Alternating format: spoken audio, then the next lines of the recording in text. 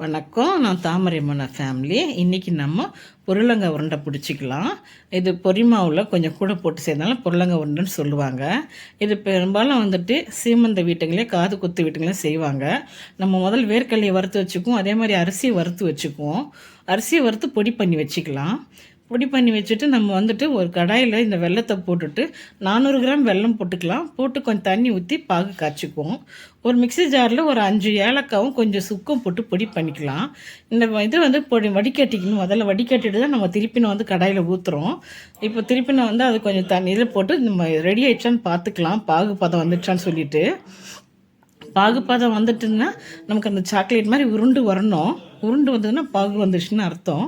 அப்போ நம்ம வந்துட்டு பாகு ரெடி ஆகிடுச்சி. உருண்டு வந்திருக்கு பாருங்கள். நம்ம அந்த வேர்க்கடலை கொட்டி நல்லா கிளறி கொடுத்துக்குவோம்.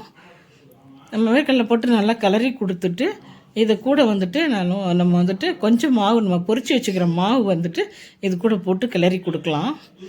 கிளறி கொடுத்துட்டு நம்ம வந்துட்டு இது செய்யும்போது ரொம்ப உருண்டு கரெக்டாக உருண்டு வர்றதுக்கு நல்லாயிருக்கும். உருட்டு பிடிக்கிறதுக்கு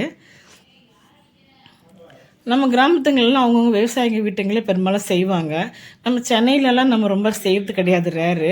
பெரும்பாலும் காது குத்துங்களே சீமத்தத்துங்களே இந்த மாதிரி நம்ம பார்த்துருக்கோம். நம்ம வீட்டுங்களெல்லாம் வந்து செய்தால் எல்லாம் பலகாரம் பண்ணுவோம்.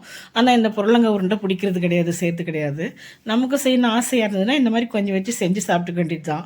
இந்த வீடியோ பிடிச்சிருந்ததுன்னா நீங்கள் லைக் பண்ணுங்க, ஷேர் பண்ணுங்க, சப்ஸ்கிரைப் பண்ணுங்க. தேங்க்யூ.